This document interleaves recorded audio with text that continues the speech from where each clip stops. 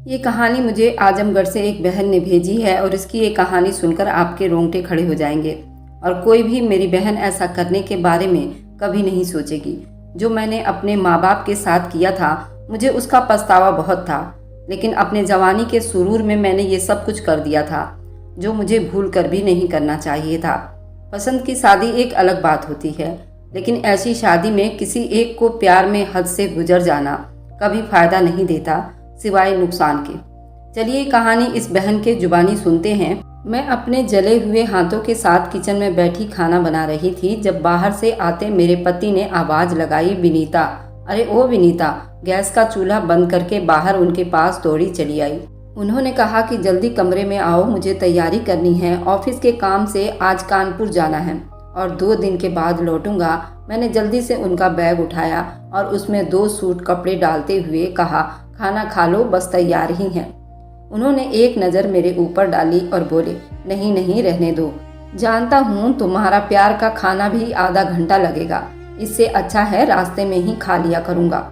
मैंने bag pack करके रखा और किचन की तरफ जाने ही लगी थी कि पति के लिए कुछ लेकर आऊँ। मैं जानती थी उनसे भूख जरा देर बर्दाश्त नहीं होती है कि सास हाथ में खाने की ट्रे पकड़े मेरे कमरे के दरवाजे पर पहुंची। उन्होंने कहा कि हट यहाँ से, क्या मैं अपने बेटे को खाली पेट जाने दूंगी? और मेरा पति खुश होकर माँ की तरफ इशारा करते हुए बोला, ये होती है खिलाने वाली नियत, तुम तो सिर्फ बातें ही बनाना जानती हो। फिर सास ने मुझे किचन में भेज दिया और खुद हाथ से निवाले तोड़कर मेरे पति के मुंह में डालने लगी। जाते हुए मेरा पति मेरे अलावा सब घर वालों को प्रणाम बोला और चला गया।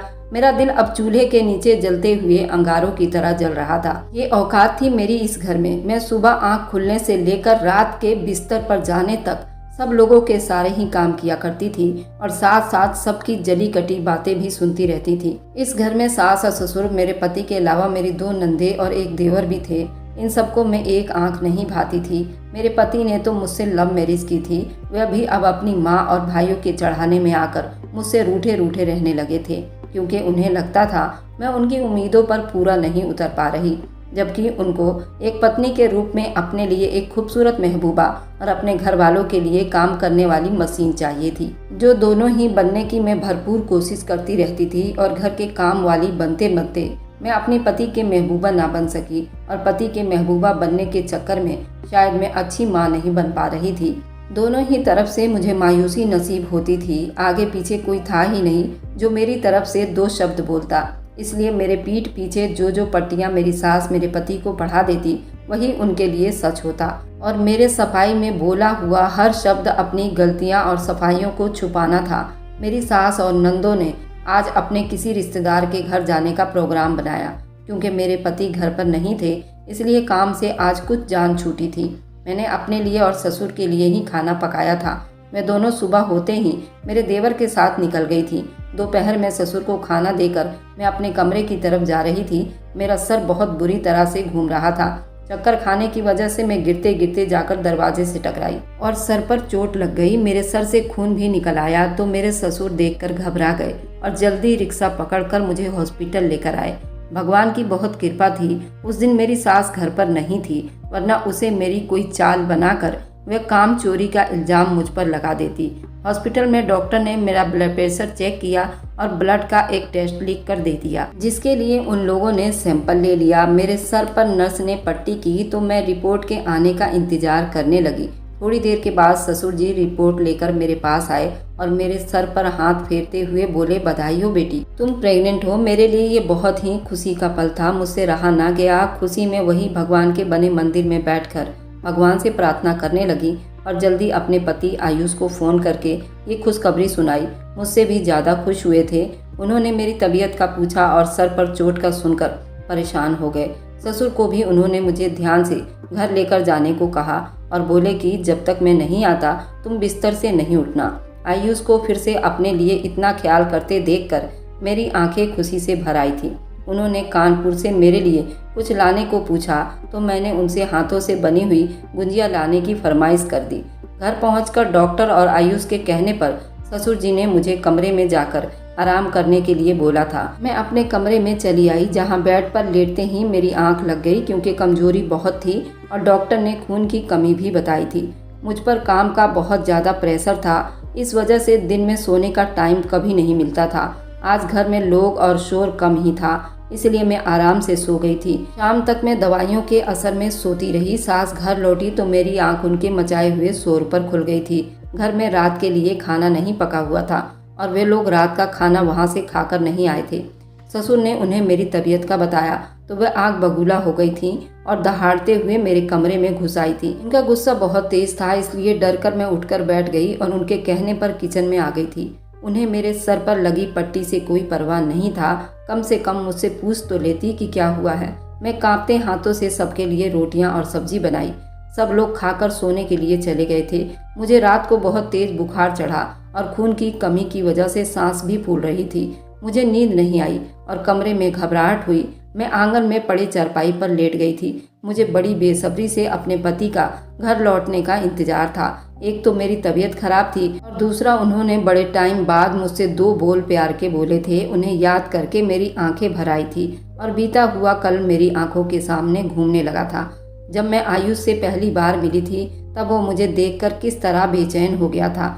हम दोनों ने एक दूसरे को एक शादी के फंक्शन में देखा था। वे शादी मेरे एक दोस्त के भाई की थी, जहां आयुष भी अपने दोस्तों के साथ आए हुए थे। उस शादी में हम दोनों के परिवार से कोई शामिल नहीं था, क्योंकि वह रिश्तेदारों की शादी नहीं थी। मैं अपनी दोस्त के साथ बारात में आई थी और आयुष भी अपने दोस्त की तरफ से लड़की वालों के घर के काम काज में शामिल था। खाने की मेज से मेरे कपड़ों पर गलती से कोल्ड ड्रिंक गिर गई तो मैं उसे साफ करने एक कोने में खड़ी थी, जहां से गुजरते हुए आयुष ने मुझे देखा और पूछा कि आपको कुछ मदद चाहिए। मैंने बताया कि मेरे कपड़े पर कोल्ड ड्रिंक गिरने से गीले हो गए हैं। उसने मुझे टिश्यू पेपर लाकर दिए और मैंने अपने कपड़े साफ कर लिए। मैंने उसका धन्यवाद किया और जाकर वापस अपनी कुर्सी पर बैठ गई। उसके बाद बराबर नोट कर रही थी कि आयुष कभी दूर कभी पास खड़े होकर सिर्फ मुझे ही देख रहे थे। उनके यूं देखने पर मेरा भी ध्यान बार बार उनकी तरफ जा रहा था और यूं नजरों ही नजरों में हम दोनों ने एक दूसरे की पसंद को भांप लिया था।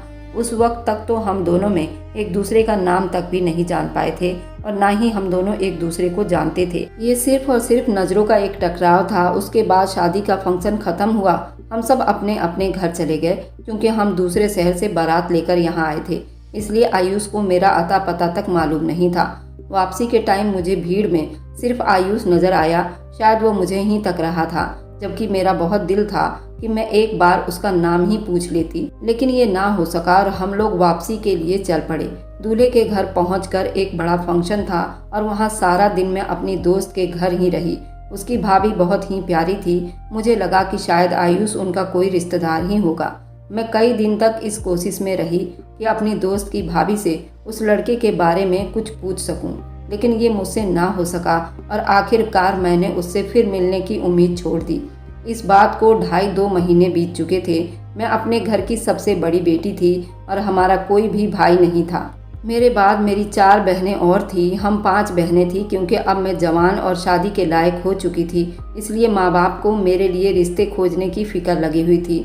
मेरा बहुत दिल था अगर वे लड़का मुझे कहीं मिल जाता जिसे मैंने अपने दोस्त के भाई की शादी में देखा था, तो शायद मैं उससे शादी करती। लेकिन मैं उसके बारे में कुछ जानती तक ना थी, इसलिए घर वालों को शादी के लिए मना नहीं कर सकती थी।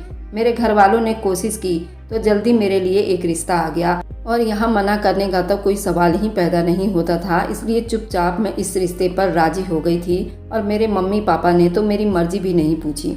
लेकिन मैंने फैसला उन्हीं पर छोड़ा था और इस आने वाले रिश्ते पर मैंने कोई खास ध्यान नहीं दिया था और ना ही लड़के को ध्यान से देखा था। मेरे सपनों में बस वही लड़का फिर रहा था जिसको मैं उस दिन देख कर आई थी, लेकिन उससे मिलने की उम्मीद नहीं थी। इसलिए मैंने चुप्पी साध ली थी। रिश्ता तय होने के बाद मेरी मंगनी की रस्म भी होने वाली थी, लेकिन मेरे दिल में ना कोई खुशी थी, ना इस रिश्ते में दिलचस्पी थी। मैं एक अनजान इंसान को याद करके उसकी मोहब्बत में गिरफ्तार हो चुकी थी, जिसने मुझसे ज्यादा बात तक भी नहीं की थी। लेकिन उसकी नज़रों की ताक मुझे अभी भी 3 महीने बीतने के बाद भी वैसे की वैसी याद थी। उसने किस तरह मोहब्बत से मुझे देखा था और फिर पूरी ही शादी में वो मुझे देखता ही रहा था। मेरी मंगनी होने पर मेरी वही सहेली आई थी जिसके भाई की शादी में मैंने उस लड़के को देखा था। मेरी मंगनी हुई तो दूल्हे ने मेरे हाथ में अंगूठी पहना दी। वे लोग रस्म करके वापस चले गए तो मैं अपनी बहनों और सहेलियों के साथ कमरे में आ गई थी। सब लड़कियां मेरे आसपास बैठी दूल्हा और रिश्तेदारों की बातें कर रही थी। जब मेरी उस दोस्त ने बताया, यार मेरे भाई की शादी में एक लड़का आया था जो भाभी के भाई का दोस्त था।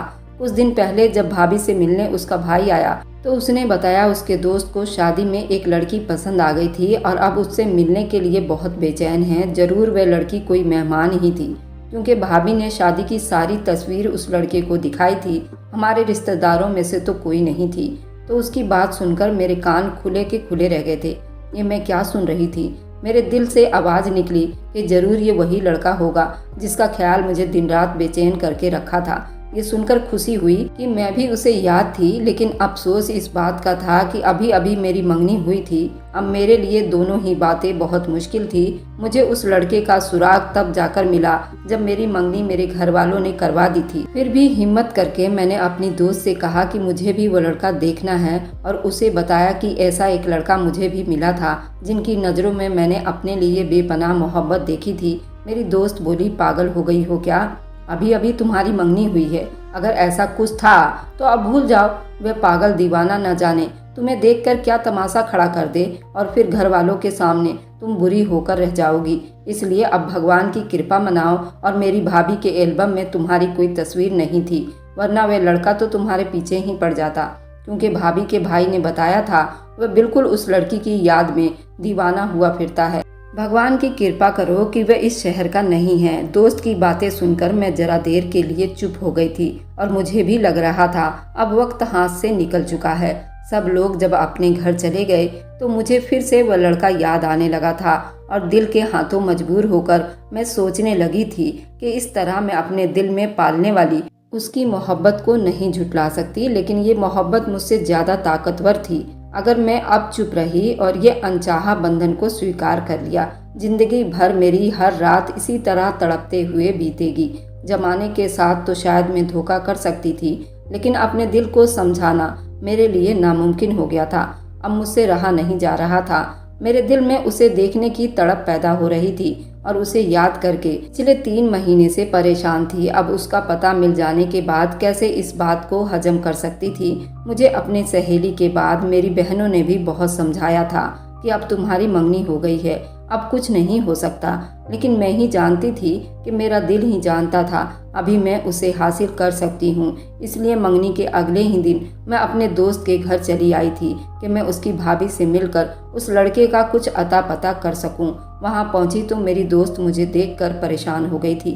वह अपनी तरफ से मुझे समझाने की 1000 कोशिश कर रही थी कि मैं इस बात को दबा दूं कि मैं वह लड़की हूं। उसके बारे में भाभी से उसके भाई ने बात की थी। वह अपने दोस्त के लिए मेरी तलाश में था, लेकिन मैंने भी अपनी सहेली की एक ना मानी और उसकी भाभी के कमरे में चली आई। उस वक्त अपने कमरे में अकेले ही मौजूद थी, इसलिए मुझे उनसे बात करने में ज़्यादा परेशानी का सामना नहीं हुआ था। मैंने पहले भाभी के पैर छुए, उसके बाद उनसे कहा कि भाभी, मैंने अनन्या से सुना कि आपकी शादी में आपके भाई के दोस्त को एक लड़की पसंद आ गई थी जिसकी अब भी उसको तलाश है। तब उसकी भाभी ने कहा, हाँ विनीता, आयुष भाई बिल्कुल मेरे भाई जैसे हैं। उनको जो लड़की पसंद आई थी वह अगर मिल जाए तो मुझे बहुत खुशी होगी। लेकिन मैंने बहुत कोशिश कर ली। आयुष भाई को मेरी शादी की तस्वीर में मौजूद कोई भी पसंद नहीं आई। उनका कहना है वह लड़की कोई और थी। मैंने उनसे कहा कि भाभी, आपकी शादी में मैं भी आई थी और मुझे शादी में एक लड़के की नज़रों में अपने लिए बेपनाह मोहब्बत नजर आई थी। जब से आपकी शादी से लौटी हूँ 3 महीने बीत गए हैं, एक पल के लिए भी उसे नहीं भूल सकी हूँ। हो सकता है वह लड़का वही है जो मुझे पसंद आया था। तब भाभी ने जल्दी से अपना मोबाइल खोला और उसकी तस्वीर दिखाई। पूछा, क्या ये वही लड़का है? मैंने जैसे ही आयुष की तस्वीर देखी तो मेरे बेचैन दिल को जैसे सुकून मिल गया हो। मैंने कहा, हाँ भाभी, यही लड़का है। उसकी भाभी ने कुछ सोचते हुए मेरे हाथ से मोबाइल ले लिया और बोली, विनीता, तुम्हारी तो कल ही मंगनी हुई है।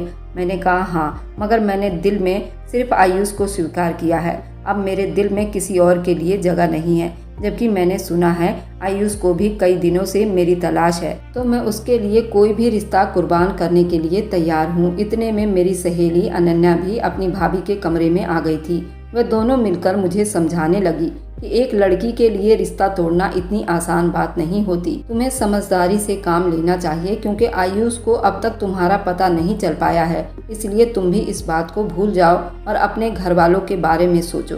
तुम्हारे माँ बाप को 4 बेटियों के फर्ज भी अदा करने हैं। इसलिए अगर तुमने अभी से मंगनी तोड़ दी तो आगे उनके रिश्ते भी नहीं हो पाएंगे। लेकिन मैं दिल के हाथों मजबूर हो चुकी थी। मेरी आंखों पर आयुष के प्यार की पट्टी ऐसे बंधी थी। मैं एक बार आयुष से मिलकर अपनी मोहब्बत का इजहार करना चाहती थी। इसलिए मैंने भाभी और अनन्या की कोई बात नहीं मानी और मैं भाभी की विनतियां करने लगी, एक बार मुझे आयुष से मिलवा दो। मेरे जिद को देखकर उसने अपने भाई को कॉल की और बताया कि वह लड़की मिल गई जिसकी आयुष भाई को तलाश थी। वे दोनों उसी दिन अनन्या के घर के लिए निकल दिए थे और शाम तक अनन्या के घर पहुंच चुके थे। रात को मुझे अनन्या की कॉल आई कि आयुष तुम्हारे लिए हमारे घर पहुंच गया है। मैं दिन में अनन्या के घर गई थी, इसलिए अब रात में नहीं जा सकती थी। हमारे यहाँ रस्म था, अगर मंगनी हो जाती है तो घर से बाहर निकलना थोड़ा कम कर दिया जाता है। लेकिन मेरे दिल को ये सुनकर बिल्कुल सब्र नहीं हो पा रहा था कि आयुष आया है और मैं उससे ना मिल सकूं। इसलिए पूरी रात जागकर मैंने आंखों में गुजार दी थी। अगले दिन मेरी खुशकिस्मती की सुबह सुबह ही मेरी माँ घर की खरीदारी के लिए बाहर जाना पड़ा था और मैं मौका पाकर अनन्या के घर की तरफ निकल पड़ी। छोटी बहनों ने मुझे जाने से मना किया, लेकिन मैं ना रुकी और मेरी माँ के आने से पहले लौटने का कहकर मैं चली आई थी। अनन्या की भाभी की जैसे ही मुझ पर नज़र पड़ी तो वह जल्दी आयुष को बुला कर लाई। हम दोनों की नज़रें जैसे ही टकराई तो दिल को एक अजीब सा सुकून महसूस हुआ था। आयुष और मैंने बैठकर कुछ टाइम साथ बिताया और एक दूसरे से अपनी मोहब्बत का इजहार किया। आयुष को जब पता चला कि 2 दिन पहले ही मेरी मंगनी हो चुकी है तो मेरे कदमों में बैठ गया कि विनीता, बड़ी मुश्किलों के बाद मैंने तुम्हें तलाश किया है। अब अगर तुम ना मिली तो मैं जिंदा नहीं रह सकूंगा। मेरे दिल में भी मोहब्बत का तूफान इस तरह हिचकोले मार रहा था। मैंने कहा, आयुष, तुम्हारे बिना मैं भी नहीं रह सकती, इसलिए मैं अपनी पूरी कोशिश करूंगी मैं इस मंगनी को तोड़कर तुम्हारे साथ रिश्ता जोड़ सकूं। हम दोनों ने जिंदगी भर साथ निभाने का वादा किया और फिर मैं अपने घर चली आई। घर पहुंचकर मैंने देखा कि माँ बाजार से लौट आई थी और मेरे सुबह सुबह ही घर से निकलने पर बहुत गुस्सा हो रही थी।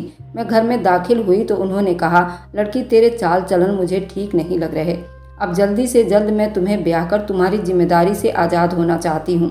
मैंने कहा, मम्मी, मैं उस लड़के से शादी नहीं कर सकती क्योंकि मैं किसी और को पसंद करती हूँ। आप रागनी का रिश्ता उस लड़के के साथ करवा दो। रागनी मेरे से छोटी बहन थी। मेरी माँ तो मुझ पर पहले से ही गुस्सा थी। उसने एक थप्पड़ मुझे जोर से दे मारा और बोली, मंगनी हो चुकी है तेरी। उस लड़के के साथ या तो तू ब्याह कर उसके घर में जाएगी या फिर तेरी अर्थी उठेगी इस घर से। ये क्या कोई खाने पीने की चीज़ है या कपड़े लत्ते हैं, जब चाहे तुम उसे बदल लो। ये एक पवित्र रिश्ता है जिसमें तुम बंधने जा रही हो। ये कोई चीज़ नहीं जो मैं तेरी जगह रागिनी को पेश कर दूं। उन लोगों ने देखभाल कर तुझे पसंद किया है और अपनी ये मनहूस जुबान मंगनी से पहले खोल लेती। अब कुछ नहीं हो सकता। मेरी माँ ने गुस्से में आकर उसी दिन मेरी होने वाली सास को ये खबर भिजवा दी कि शादी की तारीख पक्की कर दी जाए। मैंने अपनी माँ की बहुत विनतियाँ करती रही। अपनी माँ के साथ पापा ने भी मेरी एक न मानी और बालों से पकड़कर मुझे कमरे में बंद कर दिया। मेरी माँ ने मुझे बहुत मारा और अपना फैसला साफ साफ सुना दिया कि 1 हफ्ते में ही तुझे इस घर से विदा कर दूंगी। मैंने आयुष को पा लेने का फैसला कर लिया था, इसलिए एक दिन रात को अपने साथ 2 जोड़े कपड़े लेकर घर से निकल पड़ी और सीधा आयुष के शहर का रास्ता पकड़ लिया। मैं जो कभी घर से नहीं निकली थी, आज इतनी हिम्मत बढ़ गई थी कि दूसरे शहर तक का सफ़र अकेले तय कर लिया था। आयुष से जब से मिली थी उसने अपने बारे में सब कुछ मुझे बता दिया था। मेरे पास उसका फ़ोन नंबर, एड्रेस सब कुछ था, इसलिए मुझे जाने में ज़्यादा परेशानी का सामना नहीं करना पड़ा था। अगले दिन मैं आयुष के घर के दरवाजे पर थी। ये भी सुबह का वक्त था। जब मैंने उन लोगों के घर का दरवाज़ा खटखटाया तो आयुष के पापा ने आकर दरवाज़ा खोला था और मुझे सामने देखकर वे हक्के बक्के रह गए थे, क्योंकि इससे पहले उन्होंने मुझे कभी देखा ही नहीं था। उन्होंने जब पूछा किससे मिलना है तो मैंने जब आयुष का नाम लिया तो वे जोर से बोले, आयुष से क्यों मिलना है। इतने में आयुष की माँ के कानों तक भी ये आवाज़ पहुँच चुकी थी, क्योंकि वह भी करीब रखे चारपाई पर बैठी हुई थी, जो जल्दी से उठकर दरवाजे पर आ गई थी और मुझे देखकर वहीं से लौट जाने का कहने लगी। पहले तो उन लोगों ने ये मानने से भी मना कर दिया था कि यहाँ कोई आयुष नाम का लड़का नहीं रहता, लेकिन मैं जो अपना घर बार छोड़कर आई थी और फिर यहाँ से वापस कहाँ जाती, ढीठ बनी वहीं दरवाजे पर खड़ी रही। इतने में पूछताछ और शोर के बाद आयुष का छोटा भाई आयुष को बुलाकर लाया। जब आयुष को पता चला उससे मिलने दरवाजे पर कोई लड़की आई है तो उसे यकीन हो गया ये मैं ही हूँ।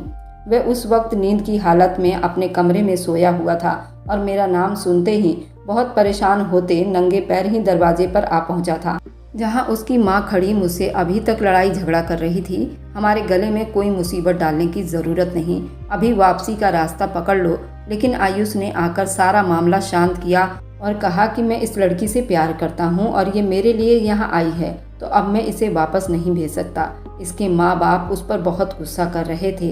ये कैसी मुसीबत तुम हमारे ऊपर डाल रहे हो? अगर पीछे से इसके घर वालों ने कोई बड़ा कदम उठा लिया तो फिर क्या करेंगे? आयुष ने कहा, मैं इसका खुद जिम्मेदार होऊंगा। मैं तुम्हारे ऊपर कोई आंच नहीं आने दूंगा और ना ही इस लड़की को वापस जाने दूंगा। आप लोगों को परेशान होने की ज़रूरत नहीं पड़ेगी। वो मेरा हाथ पकड़कर मुझे अंदर लेकर आया। हम दोनों आंगन में सबके बीच बैठे थे और उसके माँ बाप मुझे खा जाने वाली नज़रों से घूर रहे थे। आयुष अगर जरा देर के लिए भी इधर उधर जाता तो वो मुझे कहती, अभी निकल जाओ वरना ज़िंदगी भर पछताओगी। लेकिन मेरे ऊपर भी आयुष के मोहब्बत का भूत सवार था। मैं यहाँ से कहीं नहीं जाने वाली थी और अब तो आयुष का साथ भी मिल गया था। मेरी ताकत और बढ़ गई थी। मैंने अपनी माँ की नहीं सुनी थी तो सास की कहाँ से सुनती, इसलिए मैं आयुष के साथ बहुत खुश थी। अब यहाँ रहते हुए मुझे पूरे 1 हफ्ते बीत गए थे, लेकिन आयुष के माँ बाप उसकी शादी मेरे साथ करने के लिए तैयार नहीं थे। उन्हें लगता था कि मेरे घर वाले अगर इस बात को लेकर कोई बड़ा कदम उठाएंगे तो मुसीबत गले पड़ जाएगी। इससे अभी शादी करना खतरे से खाली नहीं होगा।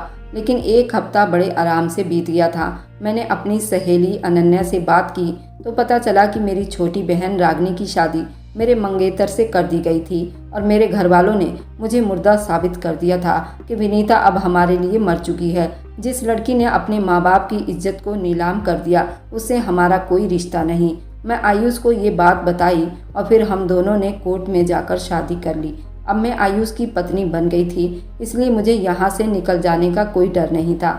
हमारी शादी के शुरू के दिन थे। जिंदगी बहुत सुहानी लगने लगी थी। आयुष की तरह से मोहब्बत मुझे पूरा मिल रहा था। अब मेरे पांव जमीन पर नहीं थे। किस तरह मैंने अपनी मोहब्बत को पा लिया था। मैंने कभी सोचा भी नहीं था जिंदगी में इतना मोहब्बत करने वाला पति मुझे मिल जाएगा। आयुष के लिए मेरी कही गई हर बात अहमियत रखती थी। मेरे मुंह से जो शब्द निकलता था वह उसे पूरा करना अपना आखिरी मकसद समझ लेता था। उन दिनों आयुष की कोई नौकरी नहीं थी। वह अपने माँ बाप से अपना खर्च लिया करता था। उनके घर की समस्या भी ज़्यादा ठीक नहीं था। मेरा ससुर एक रेलवे में काम करता था, जिसके आने वाली पेंशन से बस घर का राशन ही पूरा होता था। अब तो आयुष भी शादीशुदा हो चुका था। वह अपनी तरफ से भी छोटी मोटी काम कर लिया करता था और मेरे लिए कभी खाने की तो कभी पहनने के लिए चीज़ें लेकर आता था, जो देखकर उसकी माँ और बहन मुझसे बहुत जल्दी किलस जाती थी और कहती थी आयुष को तो उसने अपना गुलाम बना लिया है। आयुष वैसे तो अच्छा पढ़ा लिखा लड़का था, लेकिन नौकरी मिलना इतनी आसान बात नहीं थी, इसलिए वह कोशिश में लगा हुआ था। घर वालों ने मुझसे शादी के बाद उसे बिल्कुल पराया कर दिया था, क्योंकि हम दोनों को एक साथ कोई नहीं देख सकता था। बस मेरे ससुर थे जो थोड़ा बहुत मुझसे भी कभी कभार बातचीत कर लिया करते थे और आयुष को अपनी तरफ से जेब खर्च भी दे दिया करते थे। एक दिन मैं कमरे में झाड़ू पोछा कर रही थी। आयुष ऑफिस से थोड़ी देर पहले ही घर लौटे थे। उनके हाथ में मिठाई का एक डिब्बा था और अक्सर मेरे लिए कुछ न कुछ लेकर ही आते थे, लेकिन मिठाई देखकर मुझे हैरानी हुई। फिर उन्होंने मिठाई मुझे खिलाते हुए कहा कि विनीता, तुम्हारे पैर इस घर में बहुत अच्छे साबित हुए। देखा, मेरी नौकरी लग गई। अब मैं जिंदगी भर तुम्हें बहुत खुश रखूंगा। अभी उन्होंने यही कहा था कि उनकी बहन दौड़कर उनके हाथ से मिठाई का डब्बा खींच लिया और माँ के पास लेकर गई। ये देखो, भाई को बड़ी नौकरी मिली, अब तो हमारे घर की समस्याएं खत्म हो जाएगी। वही दिन था जब मेरी सास और नंदे मेरे पति को मुझसे दूर करने में कोई कसर नहीं छोड़ती थी। उस दिन से उसकी माँ ने मेरे पति का प्यार लूटना शुरू कर दिया था, जो पहले हमारी शादी होने की वजह से अपने बेटे से सीधे मुंह तक बात नहीं करती थी। अब वह उन पर बारी बारी जाने लगी। यहाँ तक कि मेरे पति जब शाम को ऑफिस से घर लौटते तो उसे मेरे कमरे तक आने का मौका नहीं मिलता था और उसकी माँ बहन उसे सीधा अपने साथ ले जाती। वह उनके पास खाता पीता बातें करता। वह इस तरह मेरे पति को अपने आप में बिजी रखती थी कि मैं उसे याद ही ना होती।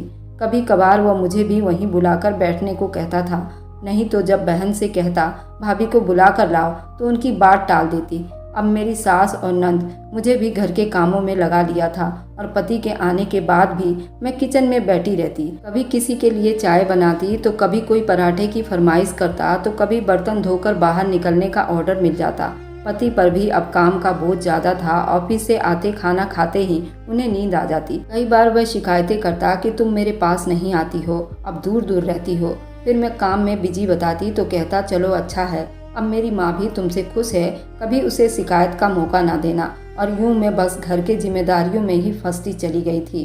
रात देर तक यही सब अपने बीते हुए दिन के बारे में सोचते सोचते न जाने कब मेरी आंख लग चुकी थी।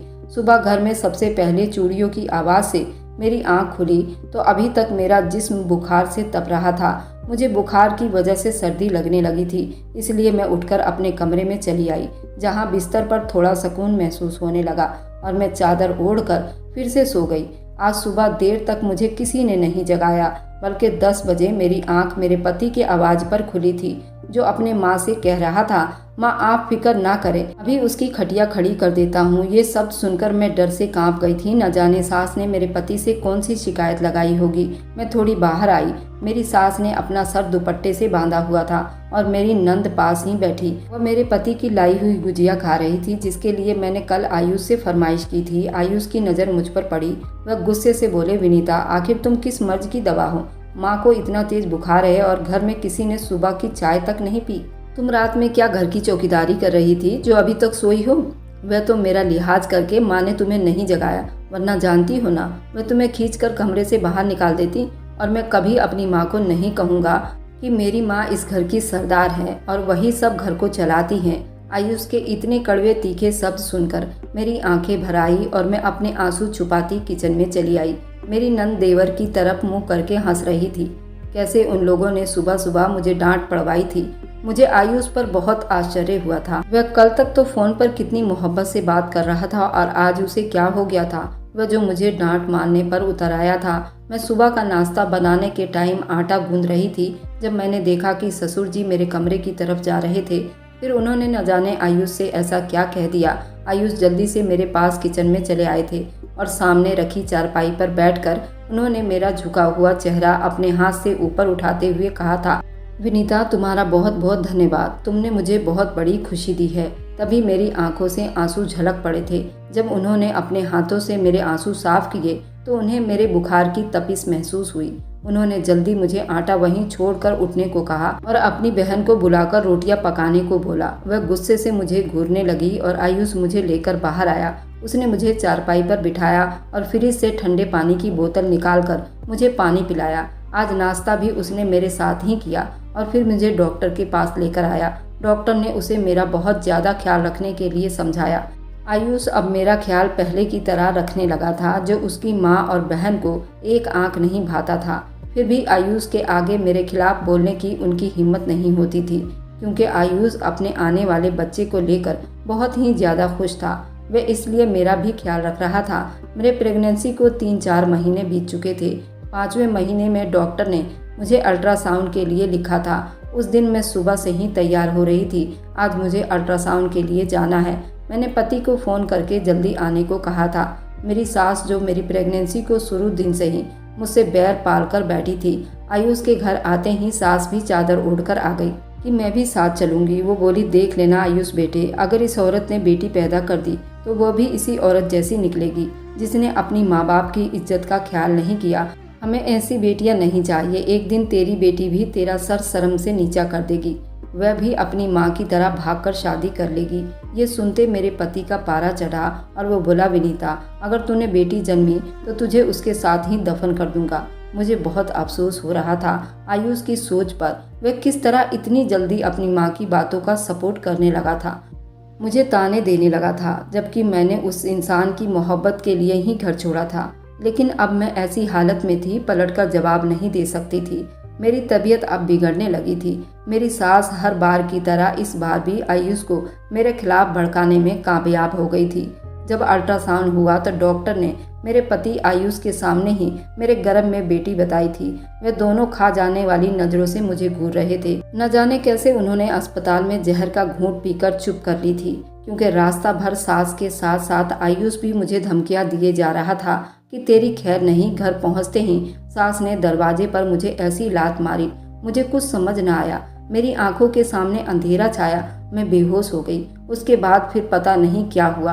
वे लोग कब मुझे अस्पताल लेकर गए और मैं कितनी देर बेहोश रही। लेकिन जब होश आया, एक बहुत बड़ा चमत्कार मैंने अपनी आंखों से देखा कि अस्पताल में मेरे सर के पास मेरी माँ बैठी थी, जो मेरे सर पर बहुत प्यार कर रही थी। मैंने होश संभाल कर देखा, सारे ही घर वाले मेरे आसपास मौजूद थे। मेरी सास ने आगे बढ़कर मुझसे माफ़ी मांगी। आयुष ने तो मेरे पाँव तक पकड़ लिए कि मुझे माफ़ कर दो। मेरी माँ ने मेरा माथा चूमा और भगवान का बहुत धन्यवाद कर रही थी कि मैं बच गई थी। फिर आयुष ने बताया मेरे पेट में लगने वाले चोट के बाद मेरा बच्चा मर गया था और डॉक्टर ने मेरे बचने की उम्मीद नहीं बताई थी। इसलिए मेरे ससुराल वालों ने मेरे मायके में खबर भिजवाया था। लेकिन मेरी माँ ने मेरे पास बैठकर मेरी ज़िंदगी के लिए इतनी प्रार्थनाएं कर डाली थी कि मैं मौत के मुंह से वापस आ गई थी। फिर मैंने भी भगवान का बहुत धन्यवाद किया। शायद मेरे बच्चे की कुर्बानी की वजह से ही आज मेरी माँ मुझसे मिल गई और मेरा पति वापस मुझे मिल गया। अगर आपको आज की कहानी पसंद आई है तो वीडियो को ज़रूर लाइक कीजिएगा और अपने दोस्त के साथ शेयर भी कीजिएगा। और हाँ, अगर आपने अभी तक हमारे चैनल को सब्सक्राइब नहीं किया है तो ज़रूर सब्सक्राइब कर लें। मिलते हैं हम अपनी कल की एक और नई दिलचस्प कहानी के साथ। मुझ पर सदा अपना प्यार और स्नेह बनाए रखें। सभी को मेरा प्यार भरा नमस्कार दोस्तों।